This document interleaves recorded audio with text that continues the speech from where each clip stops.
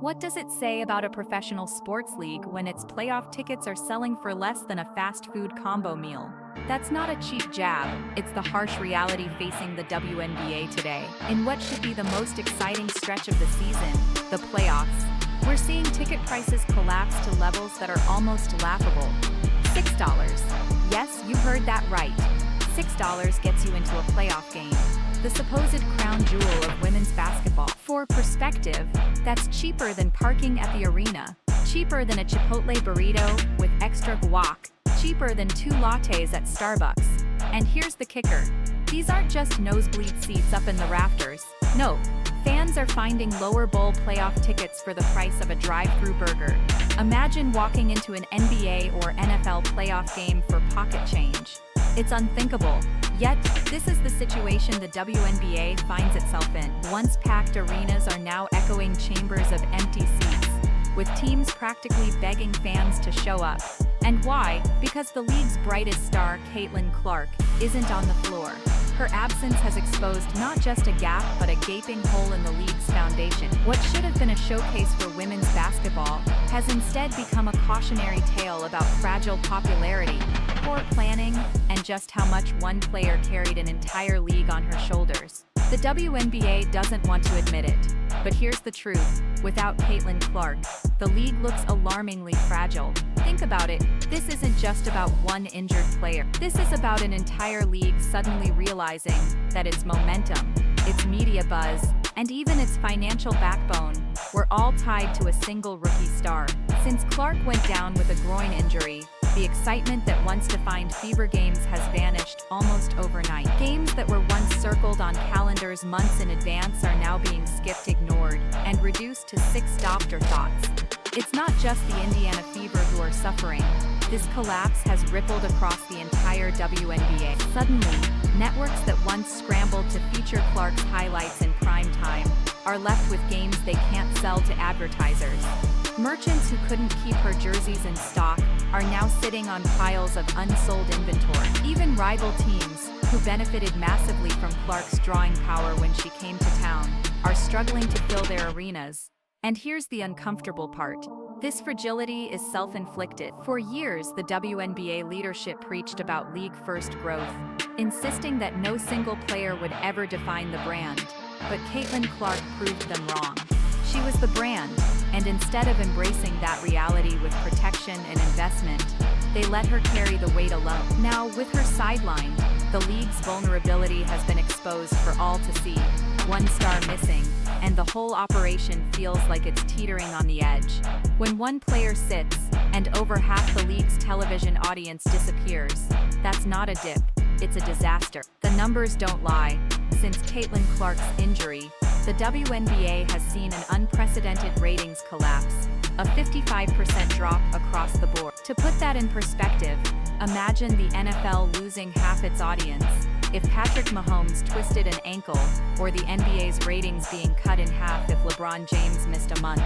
It's unheard of, and yet that's exactly what happened here. Games that routinely pulled in over 1 million viewers when Clark was on the floor are now struggling to scrape together 350,000. That's not just a downturn. That's the kind of catastrophic collapse that keeps TV executives awake at night. This isn't just bad news for broadcasters. It's an existential problem for the WNBA itself.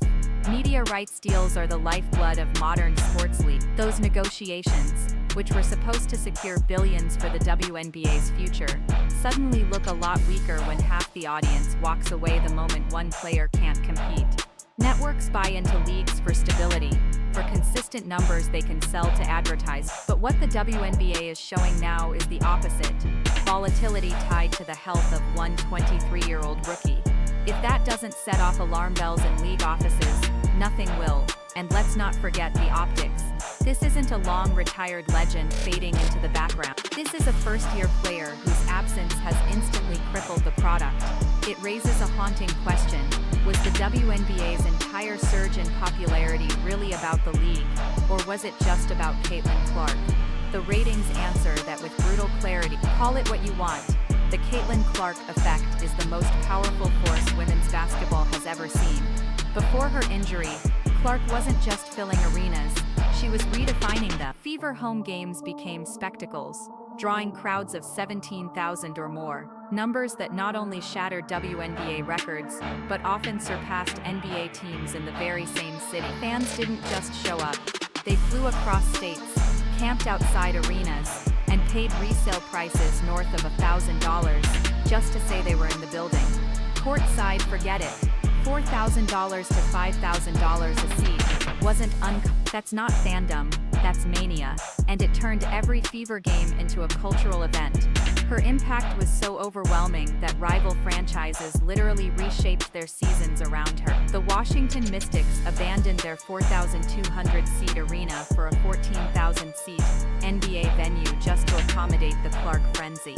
The Chicago Sky followed suit, moving to the United Center and packing 20,000-plus fans into the house for her arrival. Think about that. Teams across the league doubled or tripled their attendance, not because of a championship chase, not because of a rivalry, but because one player was in town. That doesn't just speak to her star power, it exposes the vacuum the WNBA has struggled to fill for decades. And here's what makes it more striking.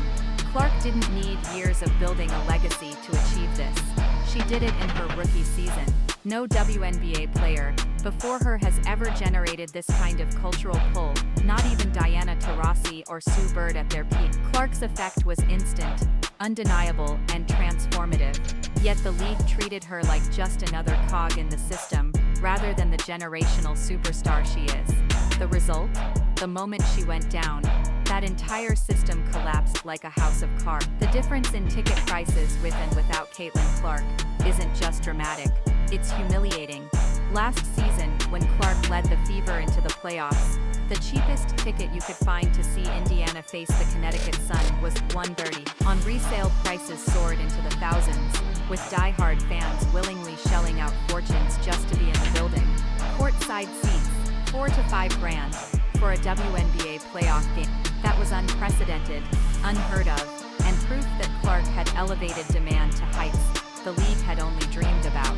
Fast forward to this postseason, with Clark sidelined by injury, and the story couldn't be more different. We're not talking about $133, we're talking about playoff entry for $6. Let that sink in.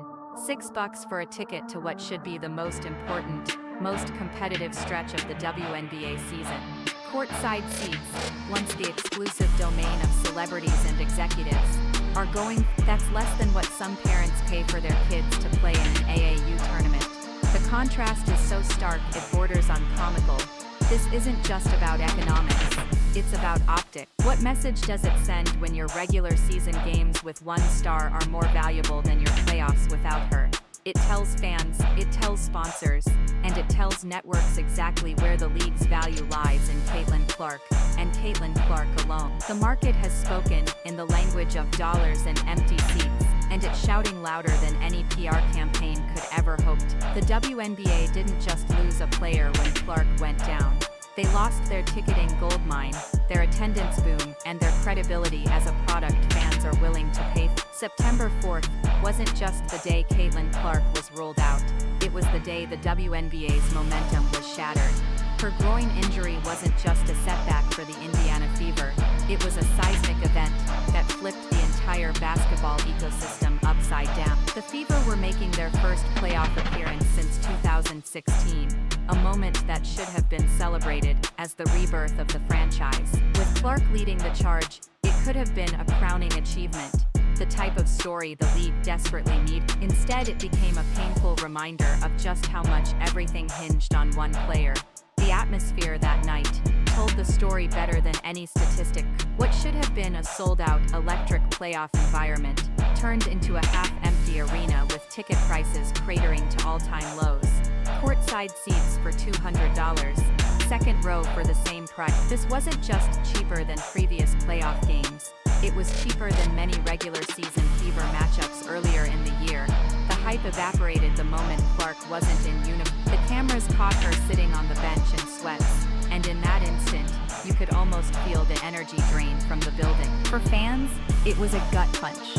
People who had spent months traveling across the country to watch her, people who had built entire weekends and vacations around seeing Clark play, suddenly found themselves staring at a team stripped of its identity. And for the league, it was worse. A humiliating showcase that revealed the WNBA's house of cards. One star missing, and the structure collapses. Instead of riding the wave of their golden era, the league stumbled headfirst into an existential crisis. September 4th wasn't just the day Clark's season ended, it was the day the WNBA's illusion of stability ended too. This isn't just Indiana's problem.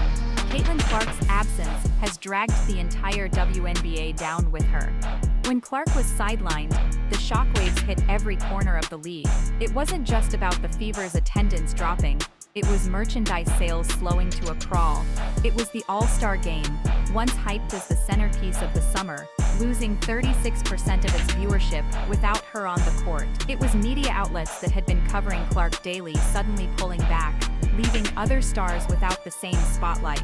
And most importantly, it was television executives watching half their audience vanish, advertisers reconsidering commitments, and corporate sponsors suddenly unsure about just how valuable the WNBA product really is. Clark was the engine behind the league's economic boom. She drove ratings that broke cable records. She pushed opponents to relocate games into NBA arenas. She spiked jersey sales to unprecedented levels. Without her, the WNBA's supposed golden year has been exposed as a hollow illusion, propped up almost entirely by one player. Imagine if the NFL's entire marketing, sponsorship, and TV success was tethered to one quarterback, or if Major League Baseball only thrived when one rookie stepped on the field. That's the terrifying reality facing women's basketball right now. And what's worse, fans know it. The six-dice playoff seats, the half-empty gyms, the eerie silence online. These aren't isolated incidents. They're a league-wide indictment, a loud statement from the marketplace. Without Clark, we're not interested. No matter how much the WNBA insists it has other stars worth watching, the numbers don't lie. The cold truth is that Caitlin Clark wasn't just a draw. She was the draw, and her absence has exposed just how little depth the league really has in terms of mainstream appeal. The WNBA didn't just fail to protect Caitlin Clark, they may have destroyed their own future by neglecting her. From the very beginning of her rookie season, Clark was treated differently. She was battered, shoved, targeted, often with little more than a whistle or shrug from officials. What other league in the world lets its most marketable star get physically bullied with impunity? The NBA would never allow LeBron James or Stephen Curry to be hacked every possession without sending a message to opponents. The NFL protects its quarterbacks as if they're national treasure. But in the WNBA, Clark was tossed into a lion's den and left to fend for herself. And the league knew the stakes. They knew she wasn't just another rookie. She was the cash cow, the ratings magnet, the single biggest reason why arenas were filling up and networks were finally writing big checks. Yet, instead of making her safety and longevity a priority, the WNBA ignored the obvious. They allowed Welcome to the League cheap shots to become a nightly storyline, feeding the idea that Clark had to earn respect by surviving physical punishment. What kind of business model sacrifices its crown jewel at the altar of toughness? Her injury was no accident. It was the predictable result of months of unchecked aggression. Every shove, every blindside hit, every flagrant that went uncalled built up to that September 4th breaking point. And now, the consequences are on full display. Half-empty arenas, plummeting ticket prices, vanishing TV audiences, and a league scrambling to explain how its brightest star was allowed to be sidelined at the exact moment she was needed most. This wasn't bad luck. This was negligent, and the WNBA may never recover from it. The WNBA didn't just lose Caitlin Clark, they lost the plot on how to market their own league. For years, the WNBA has insisted that it's a league of stars, not just one play. They tried to prop up narratives around veterans, rivalries, and so-called super teams. But the brutal truth is this: none of those stories resonated beyond the die-hard fan base. Clark, on the other hand, broke through instantly. She was the rare athlete who transcended basketball, pulling in casual fans, kids, parents, and even those who had never once watched a WNBA game before. And instead of doubling down on her, the league tried to spread the spotlight evenly, watering down the very momentum she created. When Clark got injured, that flaw in strategy became undeniable. The WNBA had no backup plan, no secondary storylines strong enough to hold the public's attention. Ratings tanked, ticket sales collapsed, and social media chatter all but died. Other stars, many of them incredibly talented, simply didn't move the needle. Instead of seizing Clark's popularity as a springboard for explosive growth, the league treated it as an inconvenience, refusing to acknowledge that for now, she was the face, the draw, the lifeline. It was a massive marketing blunder.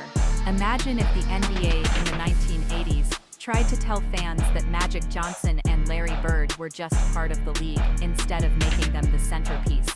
Imagine if the NFL downplayed Tom Brady's dominance for fear of overshadowing other quarterbacks. Sports history tells us the opposite is true.